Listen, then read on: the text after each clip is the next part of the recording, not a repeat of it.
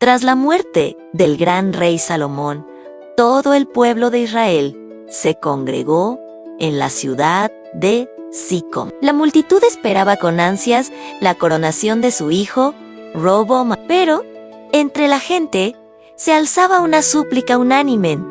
Tu padre nos impuso un yugo muy pesado. Aligera ahora la dura servidumbre y el pesado yugo que tu padre nos impuso, y te serviremos. Roboam, desoyendo el consejo de los ancianos sabios que habían servido a su padre, escuchó a sus jóvenes amigos. Su respuesta fue arrogante y brutal a mi padre. Os castigó con látigos, pero yo os castigaré con escorpiones. En ese preciso instante, el destino de una nación se partió en dos. 10 de las 12 tribus, indignadas por su crueldad, se rebelaron con un grito que resonaría por siglos. ¿Qué parte tenemos nosotros con David? No tenemos herencia en el hijo de Isaí. ¡A tus tiendas, oh Israel! Así, de un solo golpe, el Reino Unido se fracturó. El Reino del Norte, que conservó el nombre de Israel, eligió a Jeroboam como su rey. Mientras tanto, el Reino del Sur, compuesto por las tribus de Judá y Benjamín, permaneció leal a Roboam, formando el Reino de Judá. Pero, ¿cómo se llegó a este punto de quiebre? Para entenderlo, debemos retroceder a la época dorada de Salomón.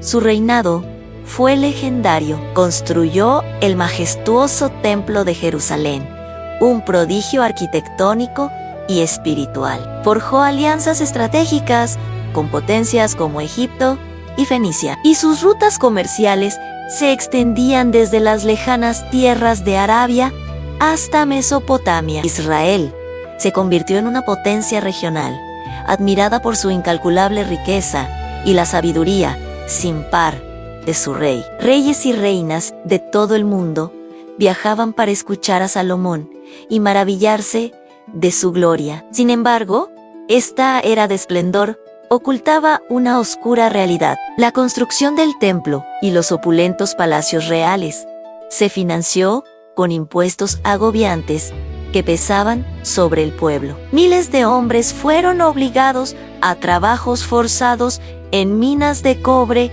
y canteras, lejos de sus hogares y familias. Surgió una profunda desigualdad, ya que las tribus del sur, Judá y Benjamín, gozaban de privilegios, mientras las tribus del norte soportaban la mayor parte de la carga. Pero el error más grave de Salomón fue espiritual. Para complacer a sus muchas esposas extranjeras, permitió y hasta participó en la construcción de altares a dioses paganos, debilitando la fidelidad al único Dios de Israel. La semilla de la discordia ya estaba sembrada. Tensiones sociales, económicas y sobre todo religiosas se acumularon en silencio, esperando el momento de estallar. De vuelta en Sicom, el pueblo no pedía una revolución no misericordia. Anhelaban un rey que entendiera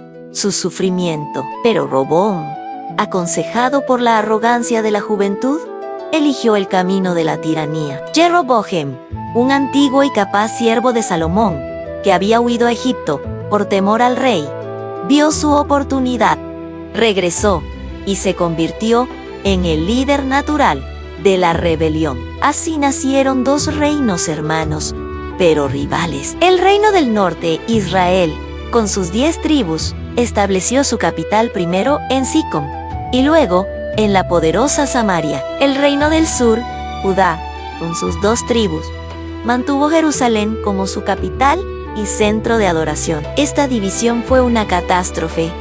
La fuerza unida del pueblo se desvaneció. Israel, temiendo que su gente viajara a Jerusalén para adorar en el templo y regresara a la lealtad de Roboam, erigió sus propios centros de culto con becerros de oro en Bitol y Dan, cayendo rápidamente en la idolatría. Judá conservó el templo y el linaje de David, pero quedó drásticamente reducido en territorio, población y recursos. Las alianzas internacionales que Salomón había construido con tanto esfuerzo se rompieron. Egipto, viendo una oportunidad para debilitar a su vecino, apoyó a Jeroboam, dejando a Judá aislado y vulnerable. Militarmente, el reino dividido se convirtió en una presa fácil para las crecientes superpotencias de la región, como Asiria y Babilonia. La unidad que había sido la fuente de su poder se hizo añicos, y con ella se perdió la estabilidad política y la seguridad militar que tanto había costado conseguir. Los profetas de la época no vieron esta división como un simple evento político. La interpretaron como un juicio directo de Dios años antes.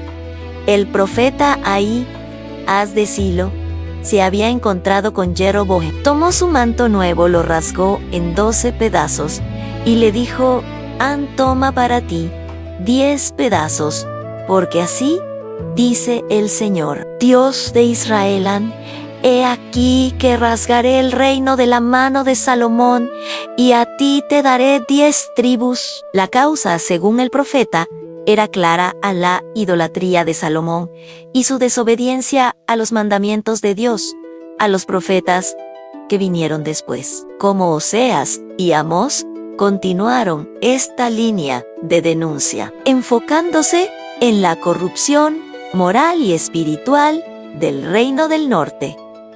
Clamaron contra sus altares falsos, la injusticia social que oprimía a los pobres y la falta de verdadera piedad. En el sur, profetas como Isaías y Jeremías advirtieron a Judá que la división era un llamado urgente al arrepentimiento. Anunciaron que si no volvían a Dios de todo corazón, la destrucción también caería sobre ellos.